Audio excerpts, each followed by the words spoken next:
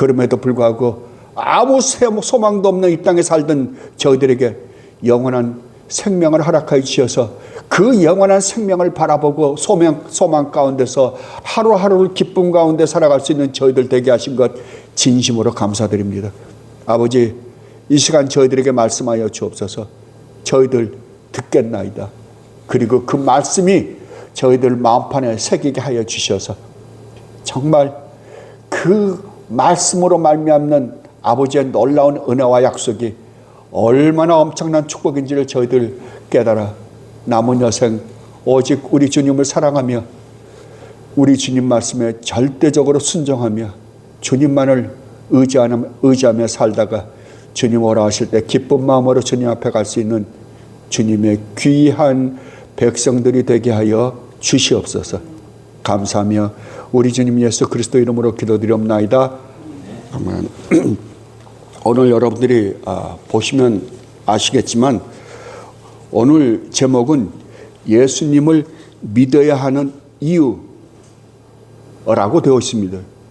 다른 말로 하면 우리가 왜 예수님을 반드시 믿어야만 하는가라는 그 이유에 대해서 설명할 것입니다. 거기에 대해서 제가 여러분들에게 말씀을 드릴 때 여러분들이 깨달을 것 딱 하나예요. 이래서 우리는 반드시 예수님을 믿어야만 하는구나 라는 것을 여러분들은 깨달으면 그걸로 족합니다. 그래서 오늘 설교를 제가 중간에 하다가 보면 중간에 밖으로 셀 때가 참 많아요. 이야기를 하다 보면. 근데 오늘은 제가 여러분에게 밖으로 세지 않으려고 전문을 다 그냥 써왔습니다. 전문을 써서 이 전문 안에서 제가 여러분들에게 하나하나를 설명해 드릴 테니까 여러분들이 정말 우리가 왜 예수를 믿어야만 하는가를 분명하게 깨닫고 돌아가는 복된 시간이 되었으면 합니다. 오늘 본문은 사도행전 16장 31절입니다. 사도행전 16장 31절 다 함께 한 센텐스밖에 안 되니까 한번 모두가 다 함께 읽어보도록 하겠습니다. 주 예수를 믿으라. 그리하면 너와 내 집이 구원을 받으리라.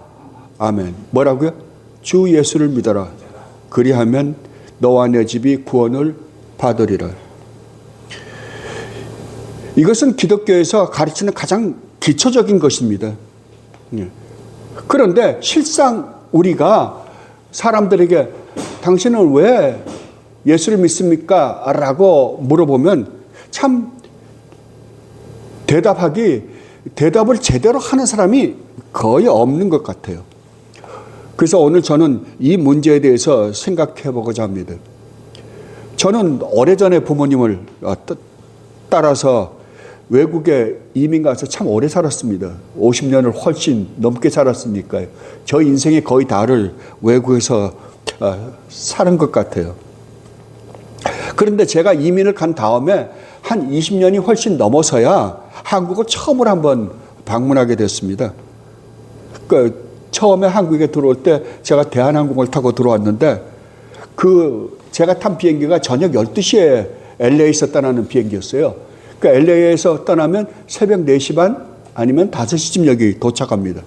그런데 비행기가 거의 한국에 들어오면 그 동해안을 거쳐서 들어오잖아요. 그때는 인천이 없었으니까 김포로 들어왔거든요. 그래서 동해안을 이렇게 떠서 오는데, 그 새벽에 그 캄캄한데 동해안은 진짜 장관이더라고요. 그 바다에서 올라오는 그 빛이 장난이 아니에요. 근데 그게 한두 배에서 나오는 게 아니라 엄청나게 쫙 깔렸어요. 나중에 전 그게 처음에 뭔지 몰랐거든요. 그냥 놀라기만 했습니다. 나중에 한국에 들어와서 물어보니까 그게 오징어 잡이 배라고 그러더라고요. 얼마나 놀랐는지도 모릅니다. 그리고 또 하나 제가 들어와서 놀란 거는, 새벽에 캄캄하니까요. 들어오는데 이 서울 시내에서 올라오는 또 다른 불빛이 있었습니다. 빨간 십자가인데 사방팔방에서 올라오는 거예요. 이게 저게 뭔가 그랬어요. 그러니까 미국에는 그런 그 빨간 걸로 되어 있는 거는 그 저거밖에 없잖아요. 적십자밖에 없거든요. 그러니까 저게 적십자사에서 만들어 놓은 십자가인가 그랬어요. 근데 저렇게 많을 리는 없잖아요. 근데 나중에 와서 그 친지들에게 물어보니까 그게 교회가 세워놓은 십자가라 그러더라고요. 그리고 제가 나가서 그 한국을 떠날 때에는 참 어려운 시기에 떠났으니까요. 어려운 시기에 떠났는데 나중에 들어와서 보니까 이거 한국이 이렇게까지 변했단 말이야. 여러분 한번 상상해 보십시오. 그 나이 잡으신 분들 50년 전에 55년 전에 한국하고 지금 비교하면 천지개벽을 했죠. 그리고 이제 사업차 왔다 갔다 하면서 자주 한국에 들어왔었는데 보면 한국은 거의 천지개벽을 한 국가입니다. 전 세계에 이런 유래를 찾아보기 참 힘들 것 같아요. 저도 외국에서 오래 살면서 참 많은 국가를 다녀봤는데 이렇게 빠른 속도로 이렇게 발전한 나라는 거의 없는 것 같아요. 그리고 제가 이제 나이를 먹고 난 다음에는 우리가 사람이 보통 그러잖아요. 귀소 본능이 있다고. 그래서 저도 그런 게 있었던 것 같아요. 그러니까 옛날에 어려서 한국에서 살았던 그 생각이 자꾸만 떠오르는 거예요. 그래서 한국 가서 살면 어떨까 항상 생각을 하고 있었거든요. 그리고 이제 그거를 준비를 해놓고 재작년에 나왔습니다. 그리고 재작년에 나와서 이제 터를 잡기 시작하면서 이제 이 교회 어느 교회를 출석하면 좋을까라고 해서 이 교회 저희에 다녀보지 않았겠습니까? 그러면서 저에게 진짜 참 놀라게 한 거는 한국 교회의 모습들이었습니다. 오늘날 서양 교회도 사양길에 접어들었다고들 합니다. 거기에 지대한 영향을 끼친 거는 진화론, 그리고 우리가 보통 포스트 모더니즘이라고 그러죠. 후기 현대 들어와서는 전 세계 철학적 사고가 어디에 지금 기초를 갖고 있냐 그러면 이 세상에는 절대 진리는 없다. 전부 다 상대적이다. 라는 철학적 사고가 지금 오늘날 전 세계를 장악을 하고 있습니다. 거기다가 또 이 과학자들은 뭐라 그러냐면 이 우주는 어떠한 조그마한 원자 하나가 폭발을 해서 빅뱅을 일으켜서 이렇게 형성된 게 오늘날 우주다라고 지금 가리키니까 사람들은 그것들이 마치 오늘날 전 세계에 살고 있는 사람들은 이게 빅뱅이구나. 이게 참 과학이구나. 과학으로 증명된 거구나. 라고 생각을 합니다. 과학으로 증명된 거 아닙니다. 하나의 가설에 불과합니다. 가설에 불과한데도 불구하고 이게 마치 진리처럼 되어버리고 말았어요. 진화론, 그 다음에 절대 진리의 부정, 그 다음에 빅뱅 이런 것들이 마치 이게 진리인 양 되어버렸다고요. 거기에 사람들은 현혹이 돼가지고 서양 교회는 거의 다 이것에 잠식이 되어서 젊은 애들이 이제 교회를 다니지 않습니다. 그래서 서양 교회들을 보면 특히 미국 교회도 마찬가지입니다. 큰 교회 몇 개는 빼놓고는 거의 교회들이 그 좋은 건물들 아름답게 지어놓고는 결국 거기에 노인네들 몇 명분들밖에 없습니다. 그래서 서양 교회는 그렇게 해서 지금 사양길로 접어들고 있는 시점에 있습니다. 그런데 한국에 돌아와 보니까 한국은 그렇지는 않더라고요. 수많은 대형 교회들이 있고 또 몇천 명씩 모이는 중형 교회들도 상당히 많은 것 같아요. 그리고 예수를 믿는다라고 하는 사람들이 곳곳에 상당히 많습니다. 젊은 사람들도 교회에 출석을 하고요. 그런데 그 안에서 교회 안에서 벌어지고 있는 모습들을 세밀하게 들여다보면 놀라지 않을 수가 없습니다. 소스라치게 놀랄 수밖에 없어요. 분명히 교회가 기독교 교회라는 이름과 함께 십자가를 수없이 걸어놓기는 했는데 웨스트민스터 그 신학교, 미국의 웨스트민스터 신학교가 두 개가 있거든요. 하나는 필라델피아에 있고 하나는 에스콘지드라고 하는 그 샌디에고 쪽에 하나가 있습니다. 그게 우리 한국으로 말하면 이 합신 쪽의 신학교 같은 신학교의 장로교의 대들보입니다. 거기 신학교 교수로 계시는 마이클 홀튼 목사님이 이런 말씀을 하시더라고요. 오늘날 교회들, 수많은 교회들은 그리스도가 없는 교회들이다. 그리스도가 없는 기독교 교회다. 여러분, 기독교가 뭡니까? 그리스도교입니다. 기독이란 말이 그리스도거든요. 그러면 기독교, 그러면 그리스도 교회예요. 근데 거기에 누가 없다고요? 그리스도가 없다고요. 예수님은 아니 계시는데, 하나님은 아니 계시는데, 하나님도 부르고 예수님 이름도 부릅니다. 그런데 실제로 들여다보면 뭐라고요? 없다고요. 없어요.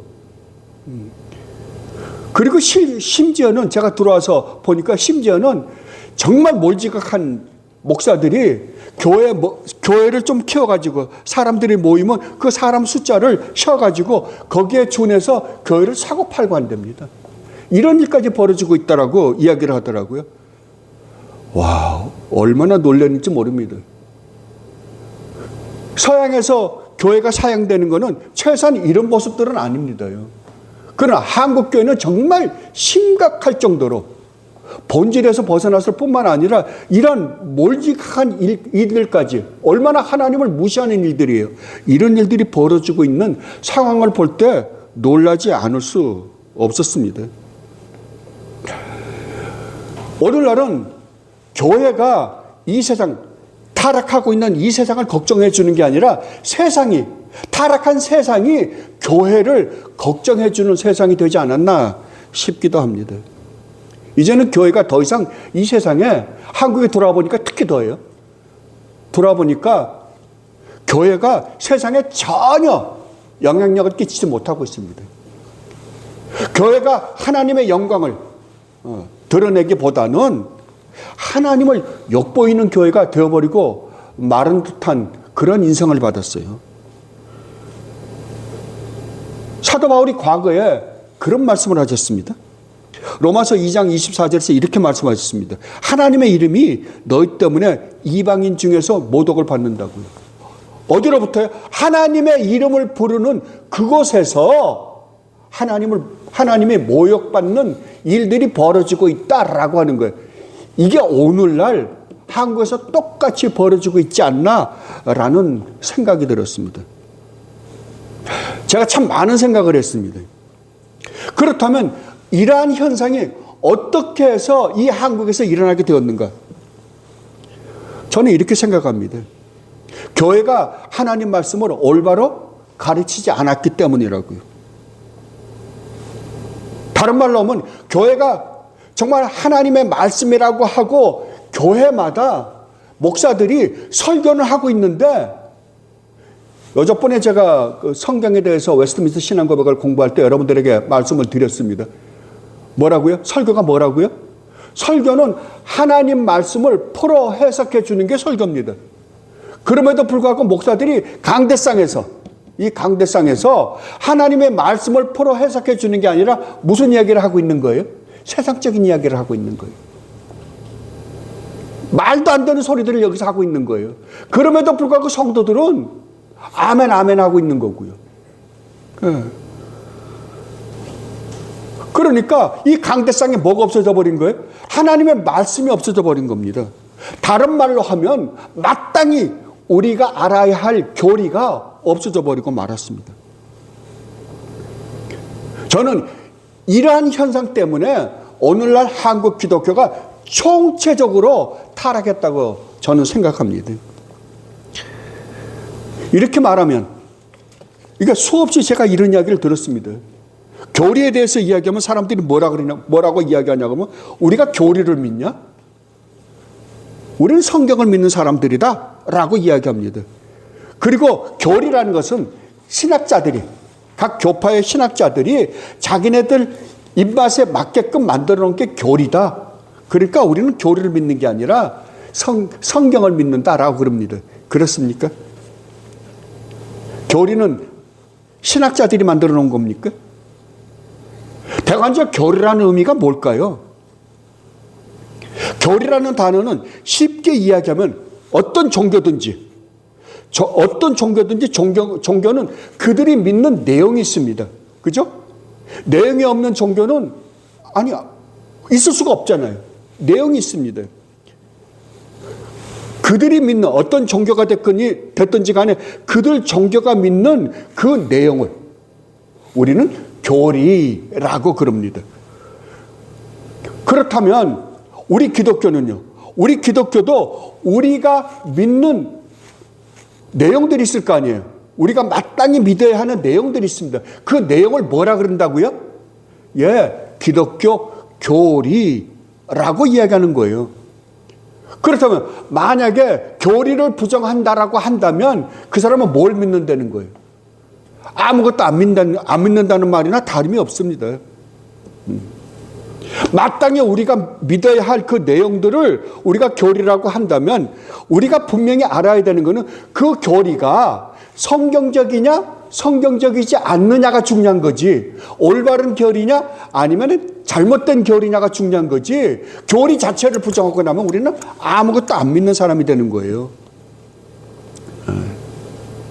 그럼에도 불구하고 오늘날 교리 그러면은 사람들이 그 교리는 신학자들이 만드는 것이라고 잘못 이야기하고 있는 사람들이 얼마나 잘못 알고 있어요. 왜냐하면 목사들이 그렇게 주입을 시켰거든요. 왜? 자기네들이 자기가 하고 싶은 이야기를 마음대로 하려고 하다 보니까 교리를 가르쳐 놓으면요, 그 교리 안에, 그 테두리 안에서 목사들이 올바른 성경적 올바른 설교를 하고 있는지 설교를 하지 않고 있는지를 분별할 거 아니에요. 그러니까 어떻게 해버린 거예요? 교리를 믹스를 시켜버린 거, 없어버린 거예요. 그게 오늘날 이 세상이 절대 진리를 부정한 그 철학적 사고가 어디까지 돌아왔냐면 교회 안에까지 들어왔습니다. 그러니까 너도 옳다 그러지 말고 너도 옳다 그러지 말라 이거예요. 그럼 목사들이 강단에서 하는 건요, 다 옳은 소리라 이거죠. 그렇습니까? 말이 안 되는 이야기를 합니다. 우리 한국 성경에는 이렇게 번역되어 있지 않습니다. 그런데 미국 성경에는 분명히 번역되어 있습니다. NIV를 보면 여러분들이 디모데전서 1장 10절이나 디모데후서 4장 3절이나 디도서 1장 9절에 보면 우리 성경에는 뭐라고 번역되어 있냐 그러면 가르침이라고 번역되어 있습니다. 근데 미국 성경에는 뭐라고 번역되어 있냐 그러면 sound doctrine이라고 그럽니다. 닥트린이란 말이 뭐냐 그러면 교리입니다.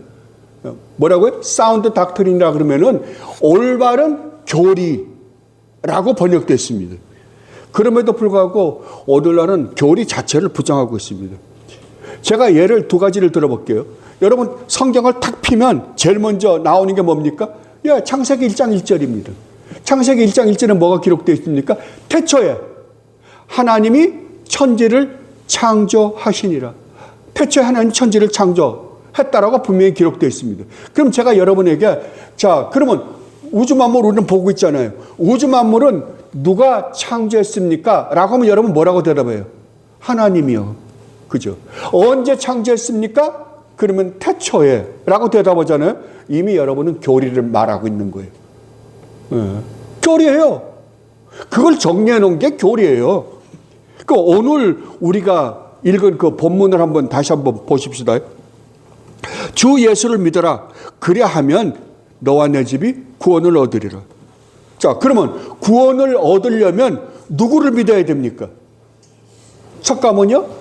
마호메시요? 공자요? 다른 사람을 믿으면 안 되잖아요. 누구를 믿어야 돼요? 예수를요. 그러면 예수를 믿으면 어떤 효과가 나타난다고요? 어떤 결과가 발생된다고요? 구원을 얻는다. 이게 교리입니다. 이미 여러분이 그렇게 대답하는 순간 여러분들은 뭘 하고 있다고요? 교리를 이야기하고 있다고요. 그렇다면 교리를 부정한다는 것은 나는 아무것도 믿고 있지 않습니다. 질문도 없고 대답도 없는 거예요. 그러면 우리는 교리를 부정할 것이 아니라 그 교리가 정말 성경적이냐 성경적이지 않느냐가 가장 중요한 거겠죠.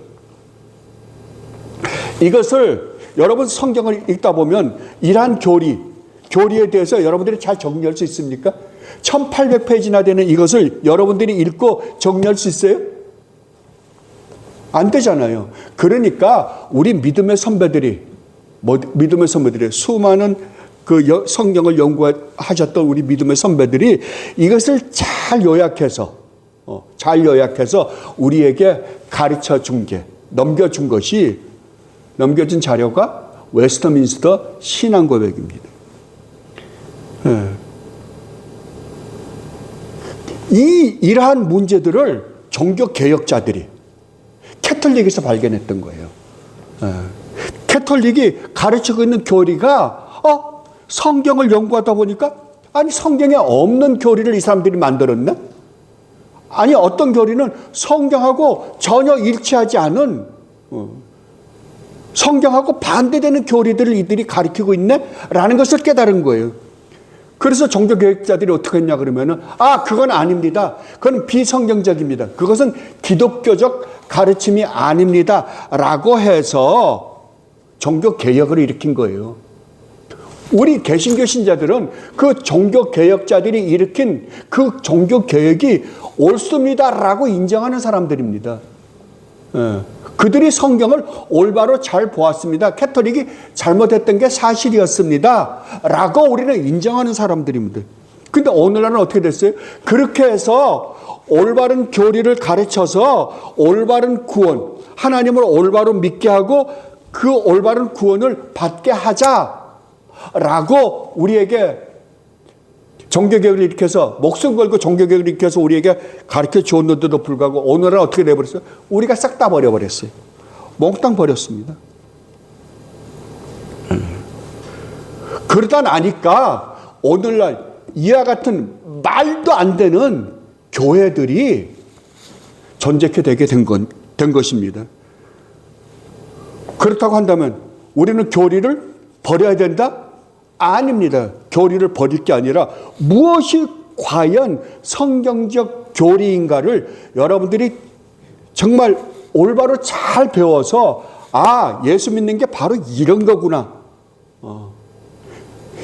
이 믿음이 우리로 하여금 이 놀라운 구원의 은혜를 우리에게 허락해 주는구나 라는 것을 여러분들이 바로 배워서 알고 깨닫고 믿음으로 말미암아 여러분들을 구원받게 하기 위해서 교회는, 참된 교회들은 이것을 열심히 가르치려고 노력하고 있는 것입니다. 그러니까 여러분들이 왜 이 교리가 중요한지를 여러분들이 먼저 잘 인식해 놓으시기 바랍니다. 그렇다면 제가 또 다른 질문을 하나 여러분들에게 드려볼게요. 여러분들은 교회 왜 다니십니까? 많은 이유들이 있을 거예요. 그죠? 가정의 평화를 위해서. 마누라는 교회 열심히 다니는데 안 가면 계속 싸우잖아요. 그러니까 가정의 평화를 위해서 그럴 수 있고. 또 교회 가면 나쁜 이야기는 안 하잖아요.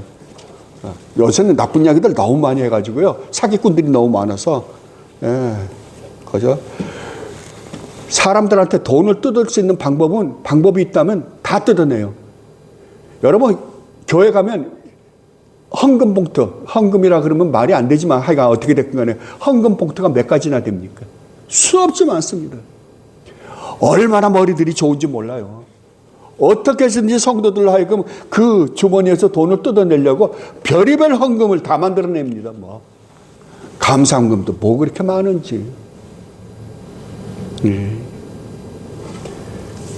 그러니까 좋은 이야기보다는 가서 나쁜 걸 배우는 게 더 많은 것 같아, 오늘날은.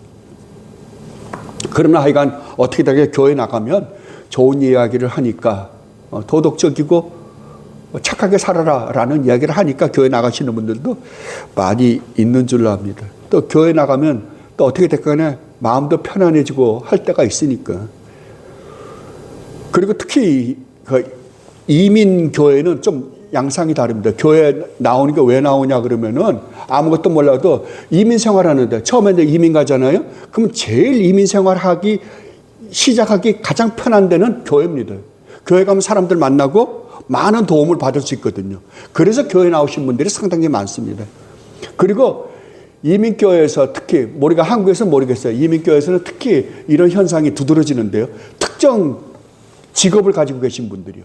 예를 들면 뭐 부동산 하시는 분들, 그다음에 보험 하시는 분들, 보험 파시는 분들 있잖아요. 이런 분들, 그럼 계리사, 의사, 무슨 변호사 이런 분들 특정 직업을 갖고 계신 분들이 보면 교회 대형 교회 가죠. 그러니까 그런 사람들은 왜요? 거기 가야지 손님들이 많으니까.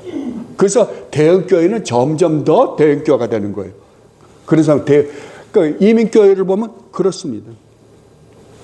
그리고 이제 거기서 조금 발전하면 교회 가면 구원을 받는다고 하니까 천당 간다고 하니까 천당이 뭔지도 구원이 뭔지도 모르는데 그러니까 구원받고 천당 간다고 하니까 교회 다니는 사람들이 상당히 많은 것 같습니다. 그러면 거기에다 대고 우리가 또 한번 질문을 던져보면 이런 질문을 던질 수 있습니다. 아까 제가 처음에 질문했던 건 뭐예요? 왜 교회 다니십니까? 질문했잖아요. 그러면 천당 가기 위해서 구원받고 천당 가기 위해서요. 그러면 교회를 가면 구원받고 천당을 갑니까? 교회 다니면 구원받고 천당 갑니까? 여러분 어떻게 생각하세요? 제가 이 질문 수없이 했거든요. 교회 다니면 구원받습니까? 교회 다니면 천당 갑니까? 분명히 교회 안에는 참 신앙을 가지고 구원받은 사람이 있는 반면에 구원받지 못한 사람이 부지기수입니다. 굉장히 많습니다. 교회는 다니는데 전혀 복음도 모르고 그냥 교회 다니는 사람들 부지기수거든요. 근데 다 나중에 보면 그 사람들 돌아가시면서 장례에 가보면 다 천당 갔대요. 다 천국 갔답니다. 그래요? 그러니까 교회만 다니면 구원을 받는다, 천당 간다라고 생각을 해요. 그렇습니까? 교회 다니면 천국 갑니까? 제가 물어보면 제가 옛날에 성경 공부를 교회 안에 서지 않고 밖에서 해본 적이 있거든요. 밖에서 참 딴 사람들한테 참 많이 성경 공부를 해본 적이 있습니다. 그 사람들한테 질문을 해보면 수십 년을 교회 다니면서 장로가 되고 안수 집사가 되고 권사들이 됐는데도 불구하고 전혀 모릅니다. 전혀 몰라요. 대답을 못합니다. 왜 이런 현상이 일어나고 있다고요? 왜냐하면 교회 다니면서 그냥 장로가 됐어요. 아니면 그 사람이 세상적으로 성공을 했으니까 돈을 가지고 있으니까 안수 집사도 시키고 장로도 시키고 그래요. 그래서 결국은 복음도 모르고 아무것도 모르는데도 불구하고 장로라는 딱지를 받고 안수 집사가 돼가지고 지옥 가는 사람 부지기수입니다. 여러분 밖에 나가보면 전도하는 사람들 참 많습니다. 그런데 그 전도하는 사람들하고 실질적으로 이야기해보면 어떤 현상이 나타나는지 압니까? 아무것도 모릅니다. 전도를 하면 그 전도 자체가 하나님으로부터 축복을 받는 어떤 도구라고 생각을 해요. 아무것도 모르면서도 가슴에다가 예수 천당 불신 지옥 딱 써놓고 다닙니다. 그게 무슨 그 말의 의미가 무엇인지조차도 몰라요.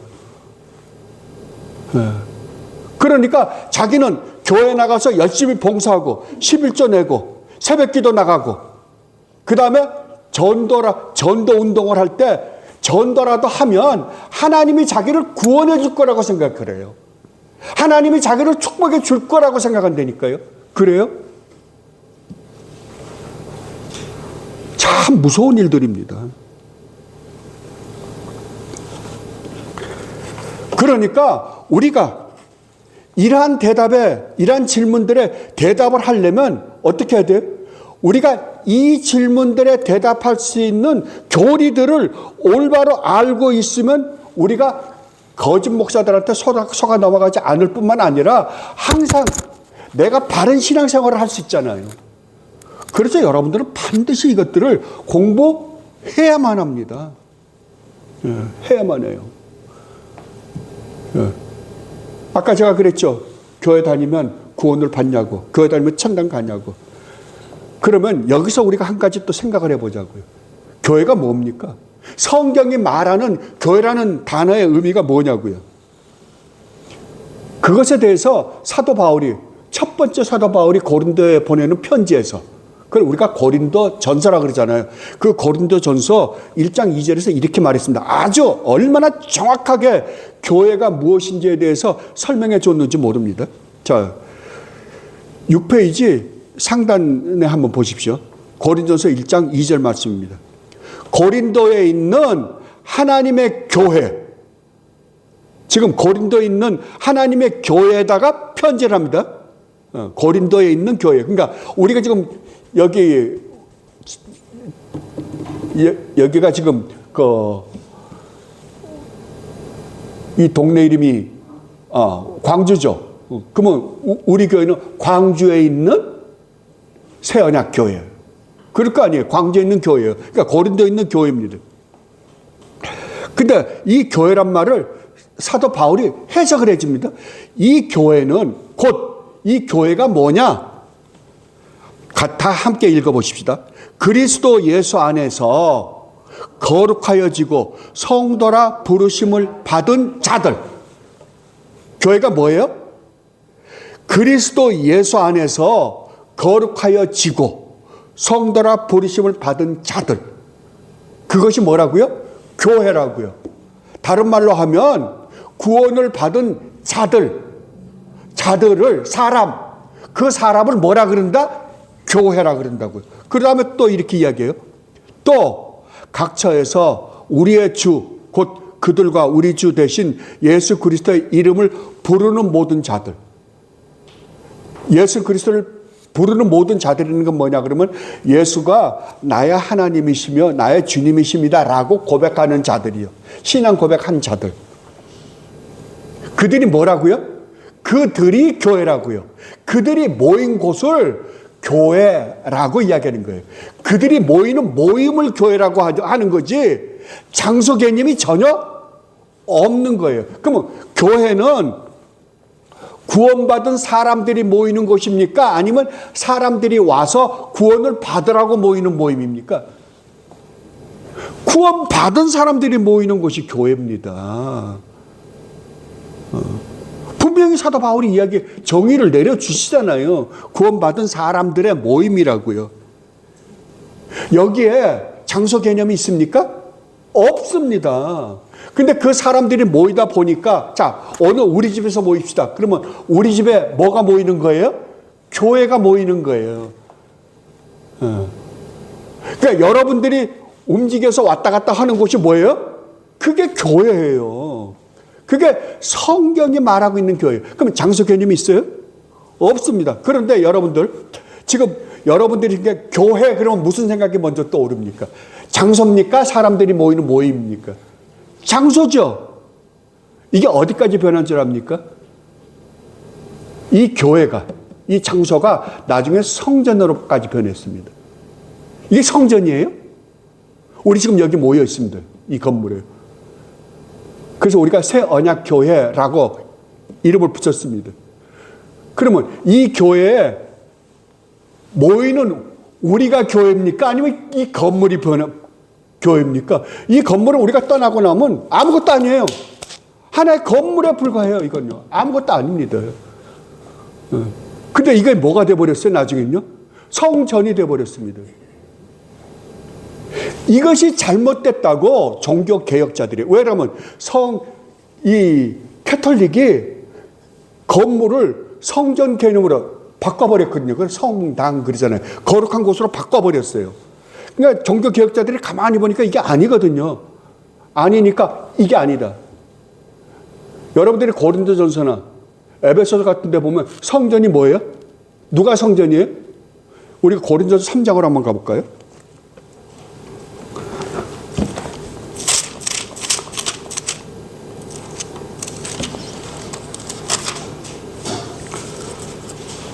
고린도서 3장 신약 성경 266페이지입니다.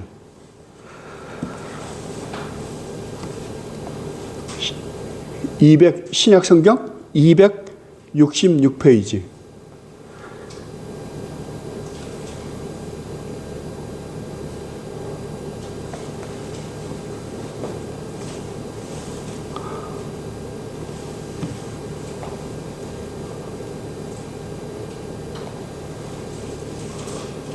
고린도전서 3장 16절입니다.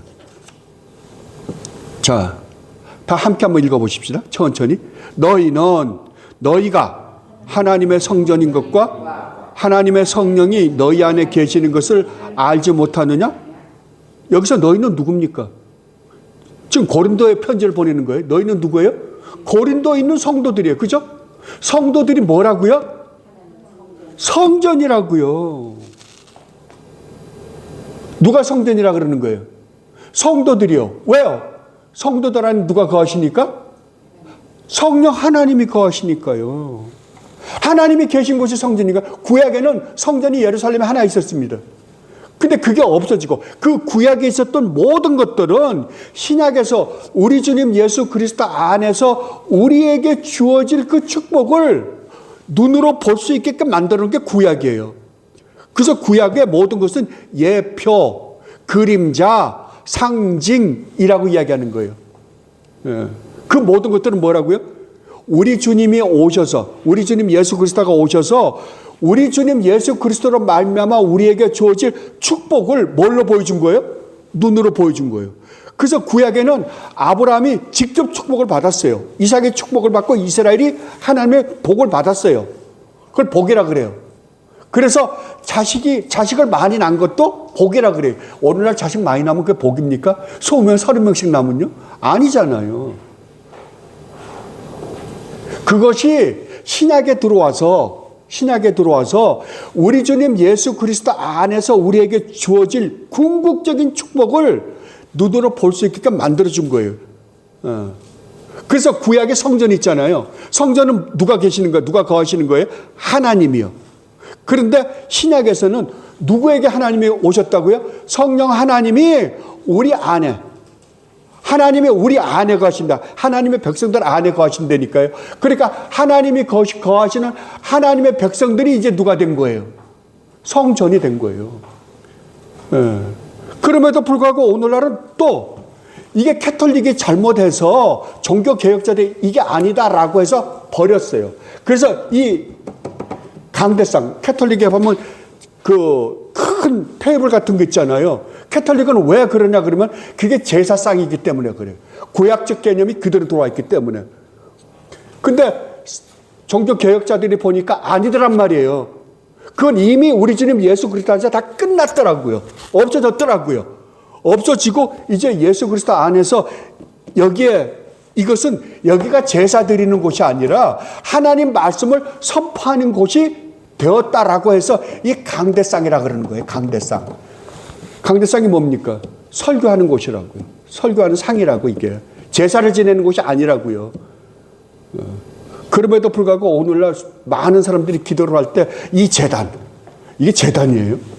그러니까 얼마나 잘못된 언어들을 캐톨릭이 잘못한 거를 갖다가 종교개혁자들이 잘 고쳐줬는데 이것을 다시 기독교가 타락을 하기 시작하자 다시 다 같이 갖고 들어와서 새롭게 만들었어요. 왜 그런 현상이 일어나요?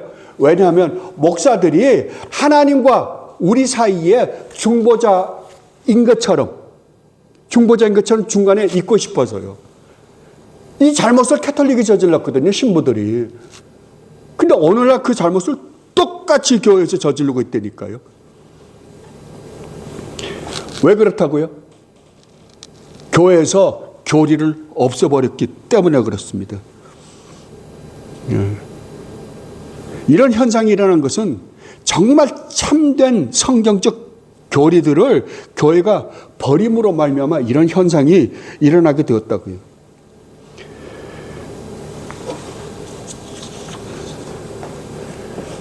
자, 그러면 우리가 다시 한번 생각해 보십시다.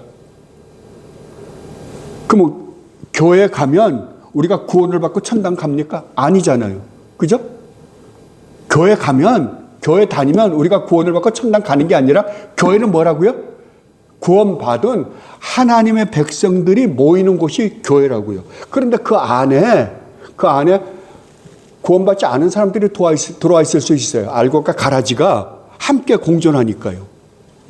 그러면 그 안에서 하나님의 말씀이 선포되는 곳이 이 교회니까요. 왜냐하면 하나님 백성들이 모이는 곳에 하나님의 말씀을 가지고 있잖아요. 그들이. 그래서 그들 안에서는 지금 제가 하나님 말씀을 선포하잖아요. 선포하는 말씀이 있기 때문에 그 선포하는 말씀을 듣고 구원받는 사람들이 있을 수는 있어요. 그러나 교회가 우리를 구원하거나 우리를 천당에 보내주는 것은, 천국에 보내주신 것은 아니다라는 것을 여러분들이 1차적으로 분명하게 해놔야 됩니다. 그렇다면 우리가 구원을 받으려면 어떻게 해야 돼요?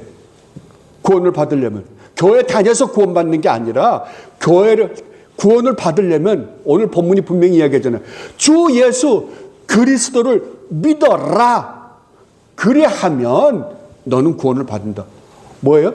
교회를 다닌다고 해서 구원받는 게 아니라 예수를 믿어야만 구원을 받는다라고 성경은 분명하게 이야기하고 있습니다.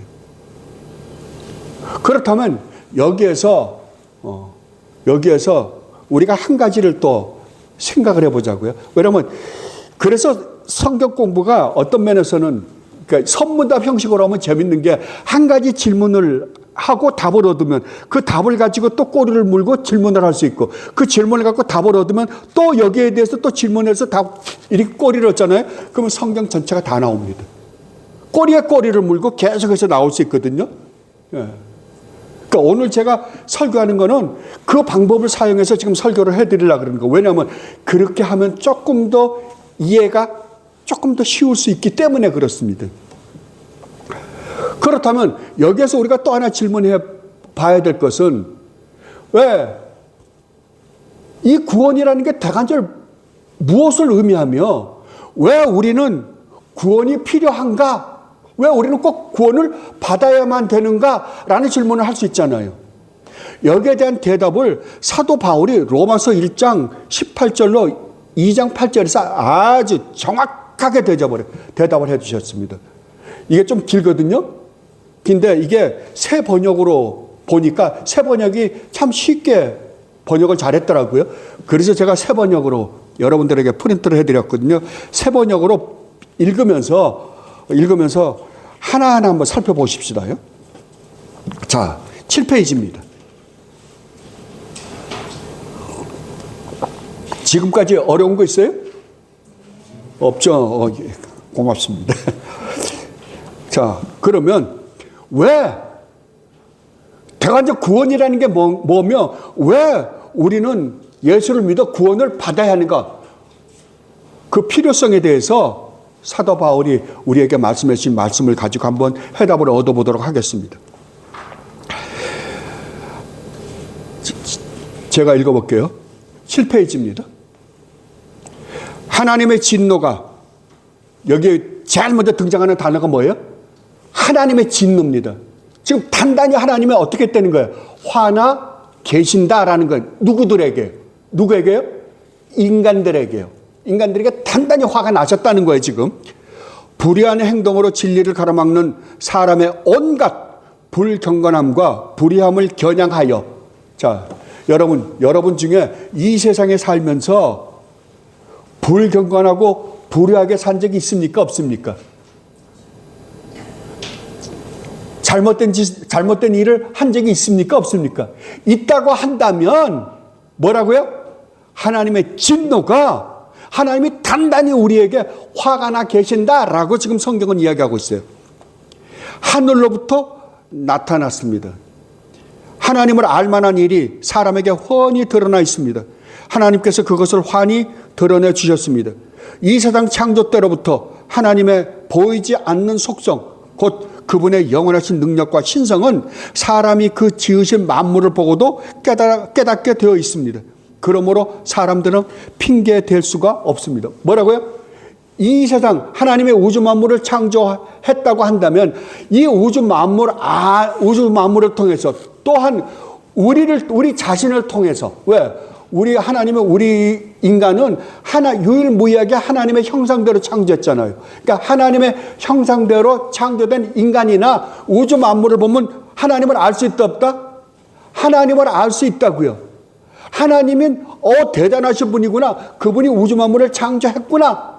그러면 하나님이 창조주요 우리가 피조물이라고 한다면 우리는 마땅히 어떻게 살아야 된다? 하나님 말씀에 절대적으로. 왜? 그분이 우리의 창조주가 되시기 때문이에요. 그러니까 우리는 그분에게 절대적으로 복종하고 그분의 말씀에 순종하며 살아야 마땅하다고요. 그런데 어떻게 했다? 우리는 그렇게 했다 안 한다? 안 하고 살았다고요. 여러분 삶을 보면 알잖아요. 여러분 삶에서 하나님을 의식하고 하나님 말씀에 절대적으로 순종하며 살려고 노력한 게 언제 있어요? 몇 번이나 됩니까? 만약에 그렇게 안 했다고 한다면 여러분에게 임할 건 뭐밖에 없다? 단단히 화가 나신 하나님의 진노밖에 없다라고 이야기하는 거예요. 사람들은 하나님을 알면서도, 그러니까 하나님을 알기 때문에, 어렴풋이나마 알기 때문에 수없이 많은 뭘 만드는 거예요? 우상들을 만드는 거예요. 왜? 하나님에 대한 어렴풋한 지식이 있기 때문에. 하나님을 하나님으로 영화롭게 해드리거나 감사를 드리기는커녕 오히려 생각이 허망해져서 그들의 지각 없는 마음이 어두워졌습니다. 사람들은 스스로 지혜가 있다고 주장하지만 실상은 어리석은 사람이 되었습니다. 그들은 썩지 않는 하나님의 영광을 썩어 없어질 사람이나 새나 네발 짐승이나 기어다니는 동물의 형상으로 바꿔놓았습니다. 여러분들이 직접 이런 걸 만들지 않았다고는 할지 모르지만 우리 안에는 수많은 우상들을 만들어 갖고 있습니다. 그리고 지금들 여러분 보세요. 불교나 다른 이방 종교들 보면 얼마나 많은 우상들을 만들어 갖고 있어요. 시골 가면 무슨 나무 조각 하나를 갖고도 조각을 해가지고 가서 절하고, 그 다음에 조금만 그 동네 큰 나무들이 있으면 거기 들어가서 절을 하고, 큰 바위만 있어도 절을 해요, 가서. 참 이런 어리석은 짓들을 인간이 하고 있다니까요. 그래서 하나님 그래. 인간은 자기네가 똑똑한 줄 알고 하는 짓거리인데 결국 그게 어떻다고요? 세상 어리석은 일들이다라고 이야기하는 거예요. 그래서 하나님께서는 어떻게 했냐 그러면 니네들 멋대로 살아봐라고 내버려 뒀다는 거예요. 사람들의 마음에 욕정대로 하도록 더러움에 그대로 내버려 두셨으니. 그러니까 타락한 인간들이 하나님이 없이 마음대로 자기네 멋대로 살고 있는 모습대로 살아봐 그러고 내버려 뒀다는 거예요. 그래서 나타난 현상들이 무언가 이렇게 설명하고 있습니다. 서로의 몸을 욕되게 하였습니다. 사람들은 하나님의 진리를 거짓으로 바꾸고 창조주 대신에 피조물들을 숭배하고 섬겼습니다. 하나님은 영원히 찬송을 받으실 분이십니다. 아멘. 자, 여기서 우상 숭배가 나타나고 이런 까닭에 하나님께서는 사람들을 부끄러운 정욕에 내버려 두셨습니다. 똑같은 말이에요. 이게 3번 반복됩니다. 이런 것들이. 그렇게 내버려 두었더니 나타난 현상이 뭐냐? 여자들은 남자와의 바른 관계를 바르지 못한 관계로 바꾸고, 또한 남자들도 이와 같이 여자와의 바른 관계를 버리고 서로 욕정에 불탔으며 남자가 남자와 더불어 부끄러운 짓을 하게 되었습니다. 그래서 그들은 그 잘못에 대한 마땅한 대가를 스스로 받았습니다. 자, 그러니까 인간이 하나님을 버리고 죄를 짓자 하나님 어떻게 했다고요? 그럼 니네 멋대로 한번 살아봐 라고 했더니 나타나는 현상이 뭐예요? 우상 숭배하고 또 그 다음에 나타나는 게 뭐라고요? 동성연애라고요. 그러면 동성연애는 우리가 죄를 짓고 하나님이 우리 마음대로 살아보라고 했더니 나타난 죄의 결과물로 하나지. 죄의 결과물의 하나지. 오늘은 뭐라 그래요? 동성연애자들을 우리가 다르게 인식하게 되는 거 아니에요. 그분들은 태어날 때부터 잘못 태어났기 때문에 그러한 마음을 가진 자들로 잘못 태어났기 때문에 그런 현상이 일어나게 된 거다. 그러니까 우리가 그 사람들을 어떻게 해줘야 된다? 너그럽게 봐줘야 된다. 근데 성경은 뭐라 그래요? 아니다 그러는 거잖아요. 인간이 죄를 지은 결과로 나타난 하나의 현상에 불과하다라고 그러는 거예요. 그러면 사람들이 왜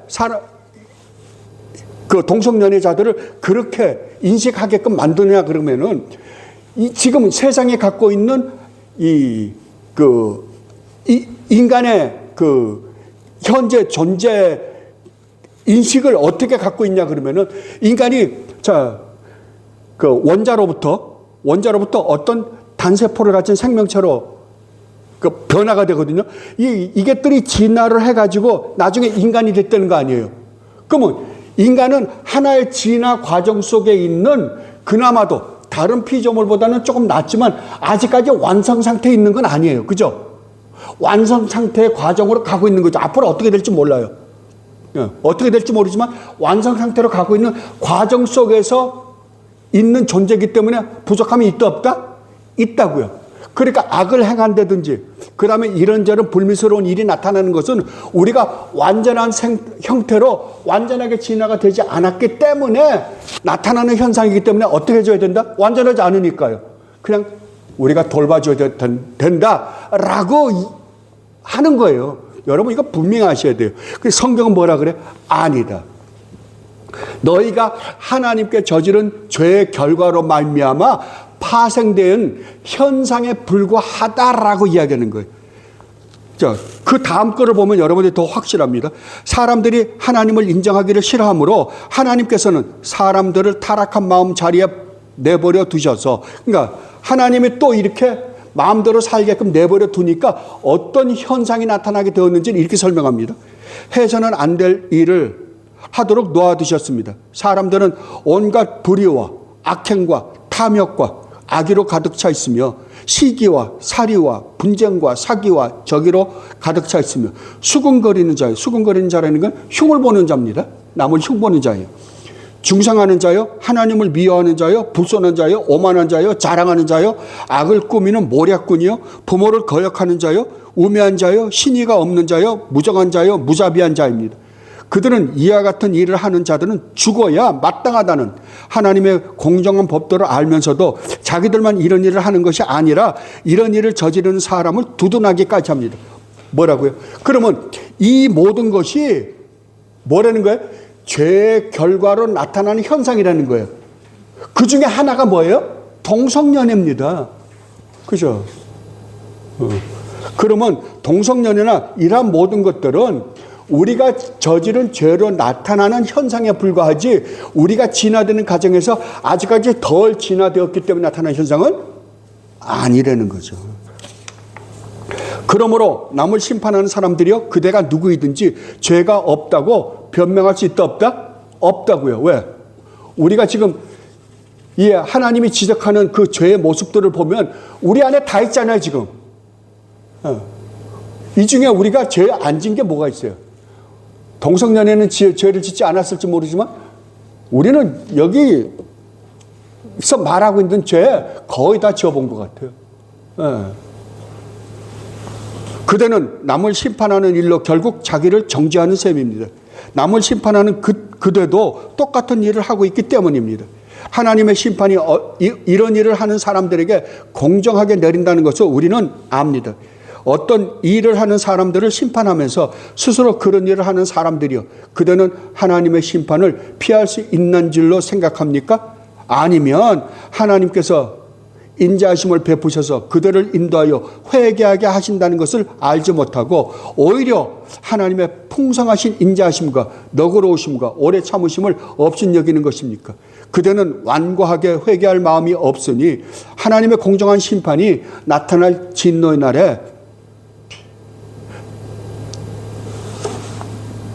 날에 자기가 받을 진노를 스스로 쌓아 올리고 있는 것입니다. 하나님께서는 각 사람에게 그가 한 대로 갚아주실 것입니다.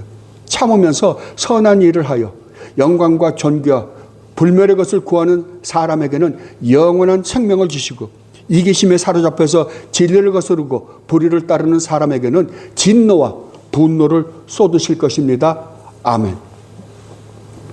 여기에서 사도 바울은 우리가 구원을 받아야 되는 세 가지 이유를 우리에게 설명하고 있습니다. 첫째는 뭐냐 하면 이 세상에 존재하는 모든 인간은 하나님 앞에서 모두가 다 뭐라고요? 죄를 지은 죄인들이다. 죄를 지은 죄인들이다. 이 세상에 있는 모든 인간들은 하나도 예외 없이 하나님 앞에 죄를 지은 죄인이라고 한다면 그들은 반드시 어떻게 한다? 하나님의 심판을 받을 수밖에 없는 존재들이다.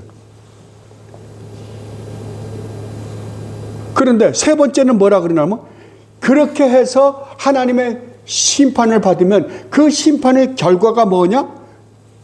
자기가 저지른 죄에 대한 죄값을 반드시 치를 것이다. 그 죄값이 뭐예요? 영원이에요. 영원이에요.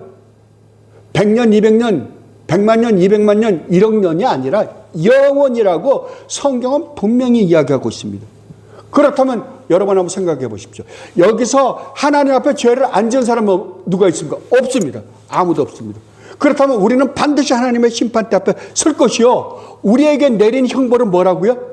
영원이라니까요. 영원이에요. 그러니까 어떻게 해라? 예수를 믿고 구원을 받아라 그러는 거예요. 구원을 받아라. 그런데 우리가 이 문제를 해결할 수 있어요? 없어요. 우리 스스로는 없습니다. 절대 없습니다. 그것에 대해서 사도 바울이 로마서 3장 19절로 20절에서 이렇게 말씀하십니다.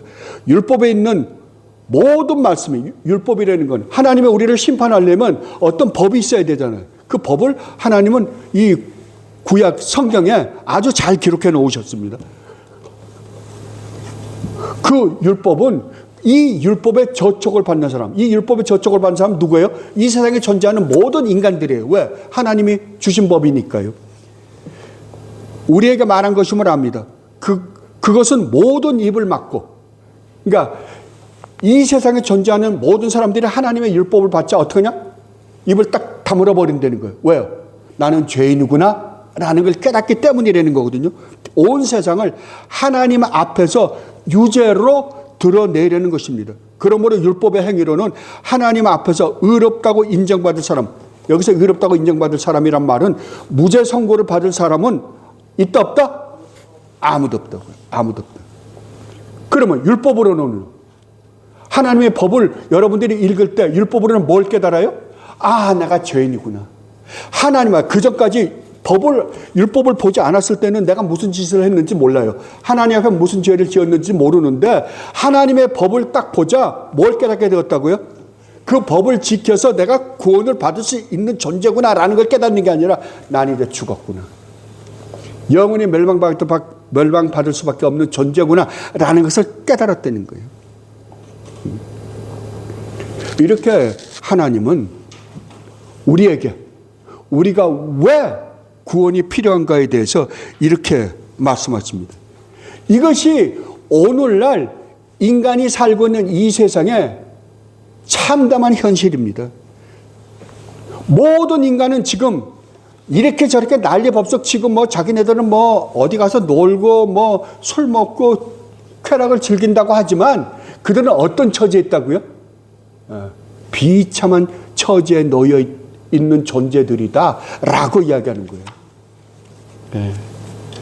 세상이 이걸 인정합니까? 안 합니다요. 왜? 세상은 고의적으로 하나님을 부정하고 있습니다.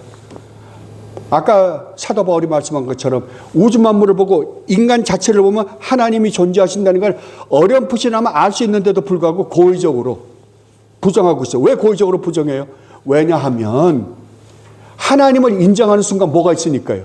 내가 죄인이라는 게 드러나고 내가 하나님의 심판을 받아야 되는 존재임이 드러나고 그리고 그로 말미암아 나는 무시무시한 형벌을 받을 수밖에 없는 존재이구나라는 걸 깨닫게 되니까 어떻게? 그게 싫으니까.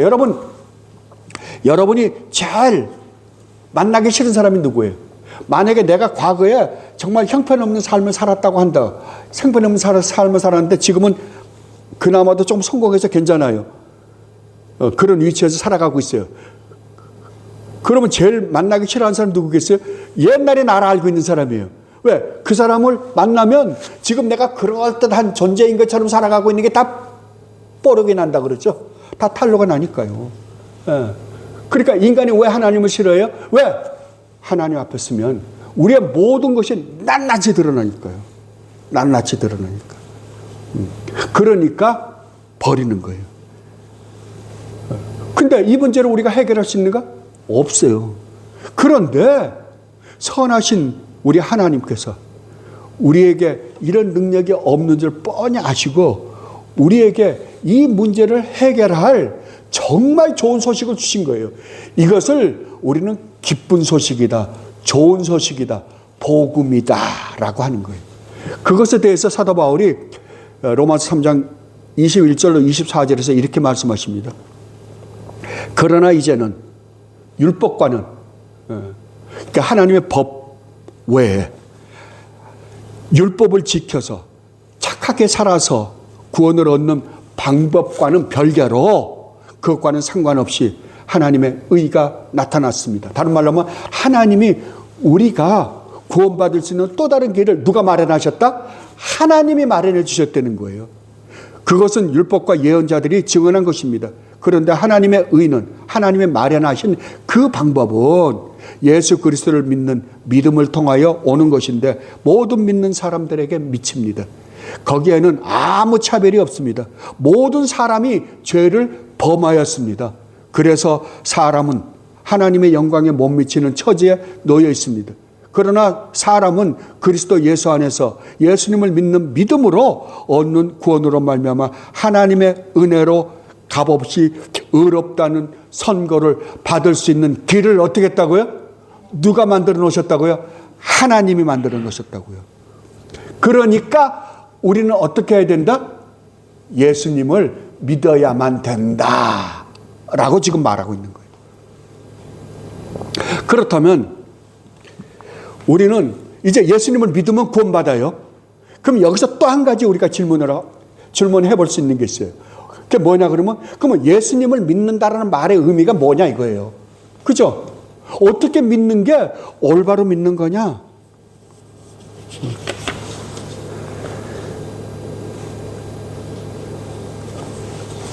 우리가 이제 앞으로 웨스트민스터 신앙 고백을 할 때 이것에 대해서, 이런 것들에 대해서 자세하게 설명해 드릴 거예요. 오늘은 제가 큰 틀에서, 아까도 처음에 제가 이 설교를 시작하기 전에 여러분들에게 말씀드렸죠. 오늘은 뭐만 깨달으라?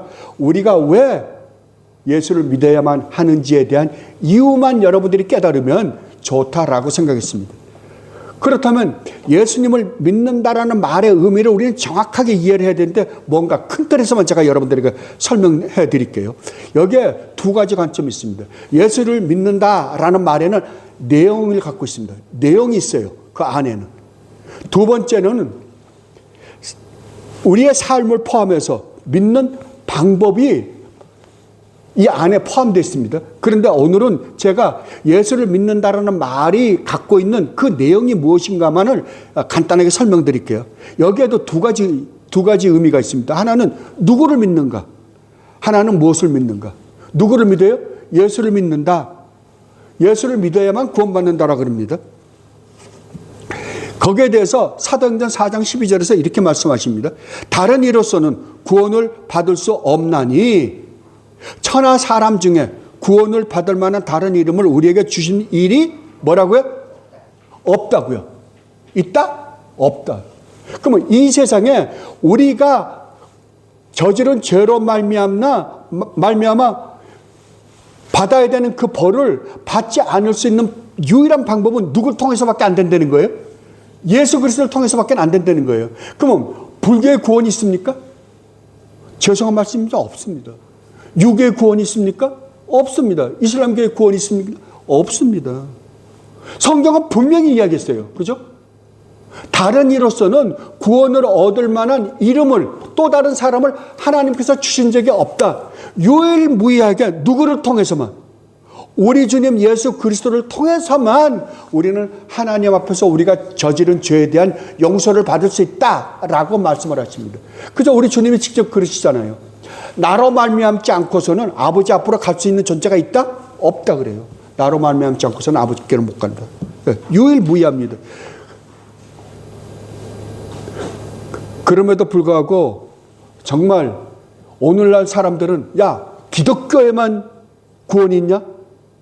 하나님이 산으로 올라가는데, 여러분 그런 이야기 많이 들었을 거예요. 산을 꼭대기에 올라가는데 이 길도 있고, 동쪽으로 올라가는 길도 있고, 서쪽으로 올라가는 길도, 남쪽으로 올라가는 길도 있고, 북쪽으로 올라가는 길도 있지, 꼭 남쪽으로만 올라가야 된단 말이야?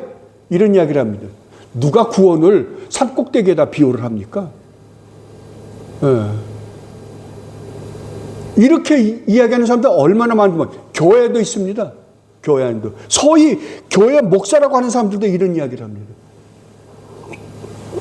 그 한 예가 캐톨릭입니다. 제가 캐톨릭의 교리서에서 지금 뽑은 거거든요. 여러분 집에 가서 이거를 여러 번 읽으세요. 오늘 설교를 여러 번 읽으세요. 그래서 정말 내가 예수를 믿어야 하는 심각함, 절대적 필요성을 여러분은 확실하게 알고 그 다음에 공부를 하셔야 할 것입니다. 그렇다면 우리가 구원을 얻을 수 있는 유일무이한 길은 우리 주님 예수 그리스도를 믿어야 되는 겁니다. 누구를 믿어요? 오늘 본문에서 주 예수입니다. 그런데 여러분들이 성경을 읽어보면 주 예수가 아니라 주 예수 그리스도입니다. 자, 그러면 주 예수 그리스도를 믿어라. 그리하면 구원을 받는다. 그러면 우리가 예수님을 누구라고 믿어야 돼요? 주 예수 그리스도. 여기에 세 가지가 있습니다. 주가 뭐예요? 주는 예수님이 우주 만물을 창조하신 창조주 하나님이다라는 말이에요. 예수님이 하나님으로 믿어야 돼요. 누군데요? 인간이에요. 그죠? 분명히 인간인데도 불구하고 이분이 우주 만물을 창조하신 창조주 하나님이라고 믿으래요. 이게 믿어지지 않는 겁니다. 그러니까 수많은 사람들이 이게 믿어지지 않으니까 떠난 거예요. 그리고 세 번째로는 뭘 믿어라? 예수가 그리스도이심을 믿어라. 그리스도가 뭐예요? 하나님의 유일무이한 기름 부음 받으신 분임을, 다른 말로 하면 우리가 구원 얻을 유일무이한 분이심을 믿어야 된다. 우리가 구원주심을 믿어야 된다라고 지금 설명해 주고 있습니다. 예. 그럼 누굴 믿어야 돼요? 예, 주 예수 그리스도. 우주 만물을 창조하신 창조주 하나님은 그분이 누구라고 믿어야 된다? 창조주 하나님이시여 인간을 몸을 입고 우리를 구원하러 오신 구원주 하나님이심을 믿어야 한다라고 이야기합니다.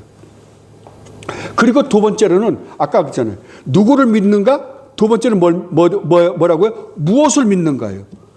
무엇을 믿는가라는 것은 성경이 말하고 있는 하나님의 약속하신 약속을 믿는 겁니다. 하나님의 존재에 대해서, 하나님의 성품에 대해서, 하나님의 창조에 대해서, 하나님의 구원에 대해서, 하나님의 심판에 대해서, 하나님의 종말에 대해서, 이런 것도 우리 지금 이제 공부를 시작을 했잖아요. 이런 것들을, 이게 뭐예요? 결국 성경입니다. 왜? 이 모든 것들이 성경에 기록되어 있으니까. 성경에 기록되어 있는 이런 것들을 여러분들이 믿을 때 뭐라 그러는 거예요? 예수를 믿는다라고 이야기하는 거예요. 이게 올바른 예수를 믿는 방법입니다. 이렇게 믿으면 여러분은 어떻게 된다? 예, 구원을 받는다라고 그래요.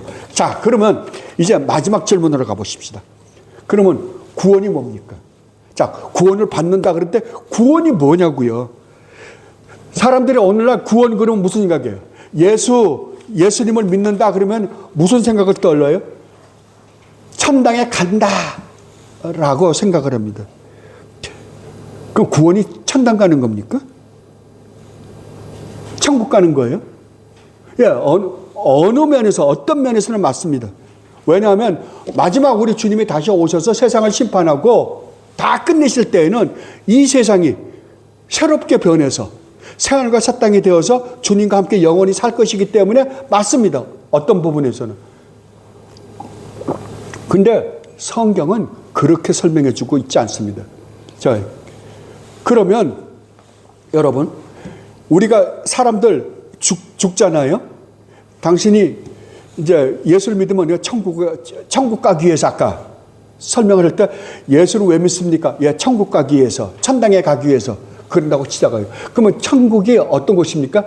가는 곳입니까? 오는 곳입니까? 지금 오늘날 사람들의 인식 속에 천국은 가는 곳이에요? 오는 곳이에요? 가는 곳이잖아요.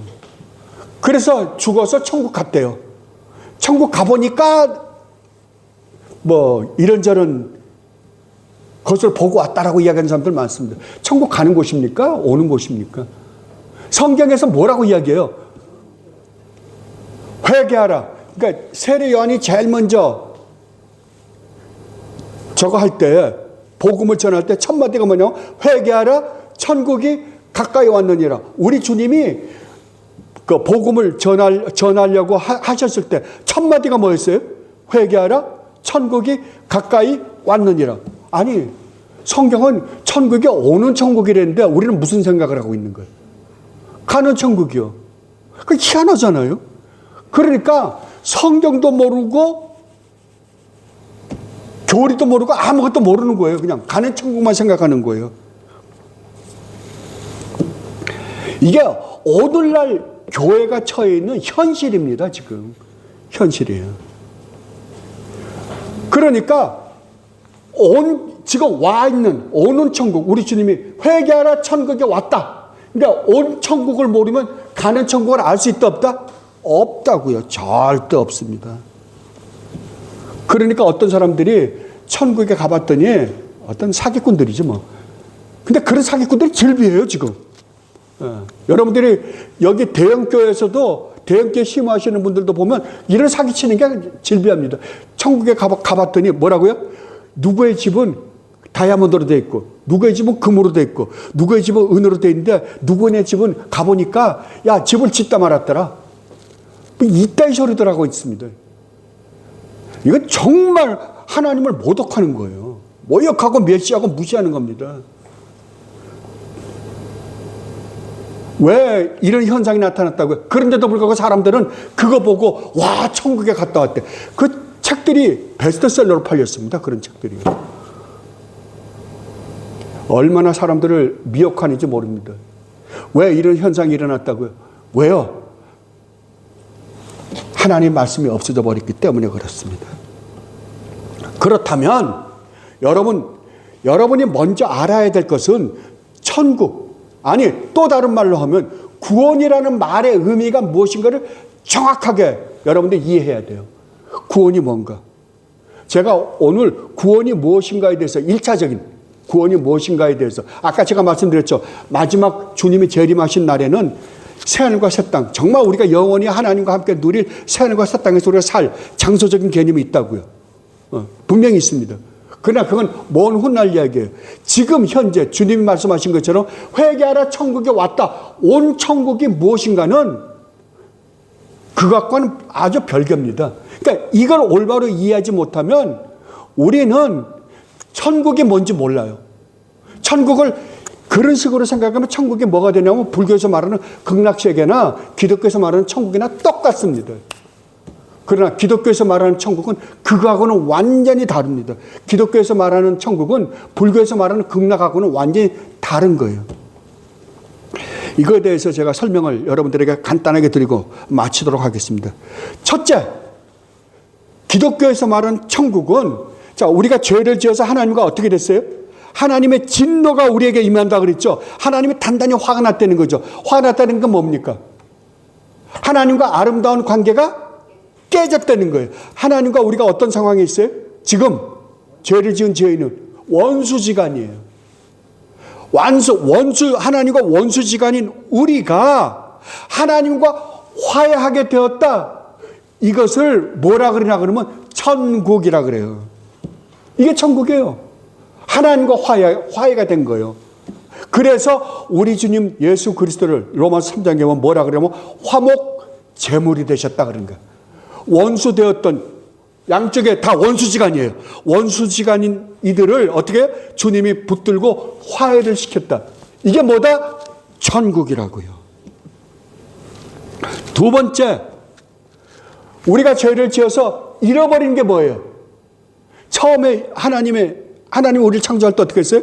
하나님의 형상대로 창조했어요. 다른 말로 하면 하나님의 성품대로 창조했어요. 그런데 죄를 지어서 하나님으로부터 쫓겨나자 어떻게 됐어요? 하나님의 형상이 어떤 부분적으로 남아있는 게 있어요.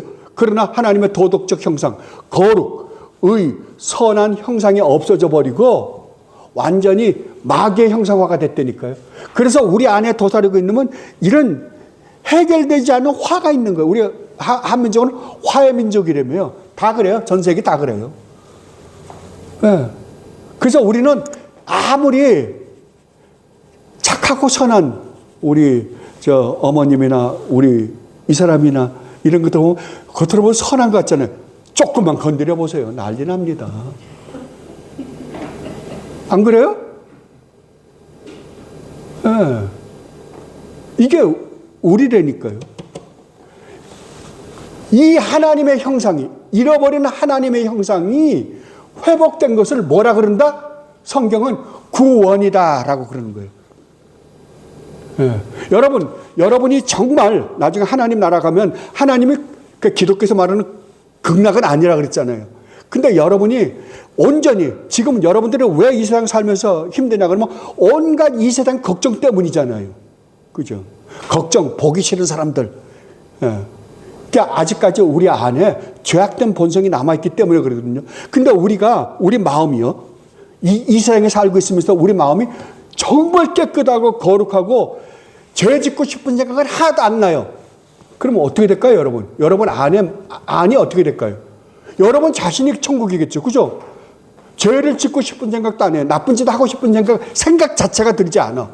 정말 거룩하고 의롭고 선한 존재가 되어버렸어. 그럼 어떻게 될까요? 그러면 내 자신이 자족하고 기뻐하고 즐거워할 수밖에 없잖아요. 자기 자신에게. 그죠? 이게 천국이라니까요. 그래서 구원이라는 단어는 하나님과 관계가 회복될 뿐만 아니라 과거에 내가 잃어버렸던 하나님의 형상을 회복한 것을 뭐라 그런다? 구원이라 그런다고요. 그리고 세 번째로는 하나님의 다스림을 받는 거예요. 그러니까 회복되고 나니까 과거에는 내가 주인이었어요. 예. 여러분들 이 세상에 사는 인구가 80억이라 그러면 80억의 왕이 있습니다. 전부 내 중심이에요, 다. 예. 왜 싸워요? 내가 너보다 나은데 네가 그런 소리를 해? 이거예요, 전부 다. 다 자기가 신이라니까요. 왜? 사탄이 처음에 우리를 시험할 때 네가 그 선과 악을 알게 하는 나무를 먹는 날에는 네가 하나님처럼 될 것이기 때문에 못 먹겠다. 그러니까 먹으면 하나님처럼 된다. 그걸 먹은 모든 인간은 다 어떻게 돼요? 내가 왕인 줄 알아요. 그러니까 우리는 우리를 자랑하기를 너무 좋아하잖아요. 남보다 나은 자리에 놓고 싶어서 야단법석이에요. 네. 그런데 내가 하나님이 아니라, 내가 이 세상의 중심이 아니라 하나님을 믿고 나니까, 구원을 받고 나니까 뭘 깨닫는 거예요? 하나님이 나의 주인이시구나. 하나님이 나의 왕이구나라는 걸 깨닫는 거예요. 그래서 하나님의 다스림을 받는 것을 뭐라 그런다? 성경은 구원, 천국이라고 이야기하는 거예요. 네.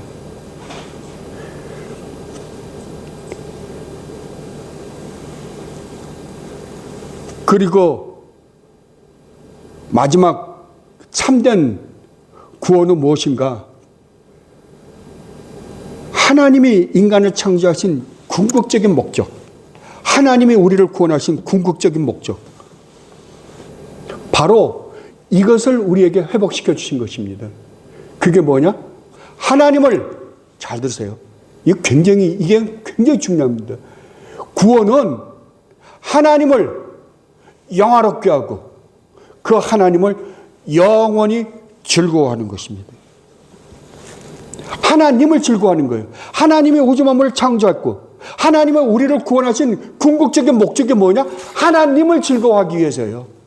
가장 아름다우신, 가장 거룩하시고 가장 의로우시고 가장 선하신 그 하나님을 즐거워하고 기뻐하고 찬양케 하기 위해요. 그래서 예배가 중요한 거예요. 예배가 그거를 즐기는 이 시간이 바로 그 일을 하는 작업이거든요. 하나님을 배웠고 하나님의 그 아름다움을 배우면서 하나님을 기뻐하고 즐거워하고 맛보고 찬양하는 거예요. 이것이 구원입니다. 이것을 이렇게 할 수 있는 존재가 되게 하는 것. 그러면 우리 인생의 가장 큰 목적은 뭐예요? 딱 하나입니다. 하나님이에요. 하나님을 배웠고 하나님을 바라보고 하나님을 맛보고 즐기고 누리면서 기뻐서 찬양하는 이것이 구원이라고요. 무슨 예수 믿으면 천국, 야, 그건 정말 성경이 말하고 있는 게 아니에요. 2차, 3차적인 거예요. 그럼에도 불구하고 세상에 살면서 삶은 엉망진창인데도 불구하고 남들 볼 때도 아유 저런 게 교회 다녀, 저게 장로야, 저게 목사야, 저게 야, 그런 선지금을 당하면서도 불구하고 자기는 천국 간대요. 그런 천국 어디 있어요? 성경이 말하는 천국은 아닙니다요. 오늘 제가 여러분들에게 분명히 설명해 드렸습니다. 왜 우리는 예수를 믿어야 하는가? 이유를 설명해 드렸고, 정말 예수를 믿고 우리에게 주어진 유익이 무언가? 뭐라고요? 하나님이라고요. 하나님이요. 이걸 깨닫고 앞으로 우리가 공부하면서 이걸 조금 더 자세하게 공부할 것입니다. 깨닫고 정말 내가 얻은 구원이 얼마나 놀라운가. 그렇다면 여러분이 하나님과 매일매일의 삶에서 하나님 말씀 앞에서 말씀을 읽고 매일매일의 삶에서 하나님과 아름다운 관계를 가지고 하나님을 찬양하고 있다고 한다면 여러분은 어디서 살고 있는 거예요? 천국에서 살고 있는 거예요. 이게 이미 와 있는 천국이에요. 이 와 있는 천국이 마지막에 환히 드러날 것입니다. 하나님이 우리와 함께 영원히 같이 살면서 하나님의 아름다움을 보여주고 우리는 그것을 맛보고 누리고 즐기고 하나님을 찬양하는 그날이 반드시 올 것입니다. 이 하나님을 믿으십시다. 그리고 이 축복 가운데 살다 우리 주님이 오라 하실 때 아멘, 아버지 이제 제가 갑니다 라고 아버지 앞에 갈 수 있는 우리 모두가 되시기를 진심으로 바랍니다. 기도하겠습니다. 아버지 정말 고맙습니다. 정말 아버지께서 저희들에게 허락하신 이 구원의 놀라운 은혜를 저희들이 접할 때마다 감격하지 않을 수 없습니다. 놀라지 않을 수 없습니다. 어떻게 저희가 이런 축복을 받게 되었는지요. 저희가 아버지 앞에 착한 짓을 했기 때문에, 선한 일을 했기 때문에, 좋은 일을 했기 때문에 아님을 저희들은 알고 있습니다. 저희들이 한 짓이라고는 죄진 것밖에 없습니다. 그럼에도 불구하고 성자 하나님, 유일무이한 독생자 우리 주님 예수 그리스도를 보내주셔서 우리 주님으로 말미암아 저희들이 이루지 못한 그 구원을 온전히 완성하시고 저희들에게 이 놀라운 축복을 허락해 주셨음을 감사드립니다. 그럼에도 불구하고 저희들이 지금까지 아버지께서 저희들에게 허락하신 그 아름다운 축복들을 누리지 못하고 살았습니다. 아버지, 이제는 아버지의 말씀을 매일매일 묵상하면 아버지와 아름다운 관계를 가지고 아버지의 그 거룩하시고 의로우시고 선하신 그 아름다움을 맛보며 누리며 즐기며 그 축복 가운데서 아버지를 찬양하며 살다가 아버지 오라 하실 때 기쁜 마음으로 아버지 앞에 갈 수 있는 참 축복받은 아버지의 자녀들이 되게 하여 주시옵소서. 감사하며 우리 주님 예수 그리스도 이름으로 기도드리옵나이다. 아멘. 다 함께 자리에서 일어나셔서 438장으로 찬양하겠습니다.